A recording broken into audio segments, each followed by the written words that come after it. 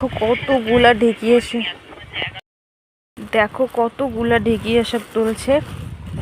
এই তো মানে 5 মিনিট মতো হইলো, 5-10 মিনিট মতো এতগুলা ঢেকিয়ে শাক নিয়ে চলে আসছে।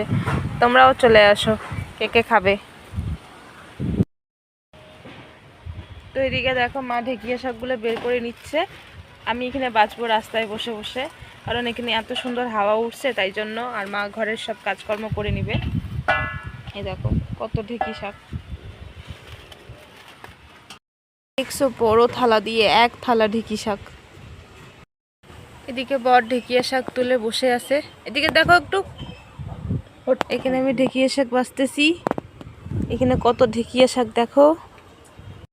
আমি কি বলে ঢেকিয়া শাক, ঢেকি শাক, এই অনেক কেউ অনেক রকম বলে। কতগুলা শাক কতটুকু হইল।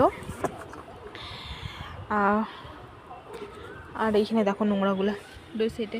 আমি একা বাছি নেই, বড় আমাকে হেল্প করছে। যাই হোক এখন মাকে দিয়ে দিব, মা ধুয়ে ভালো করে ভাইজে নিবে।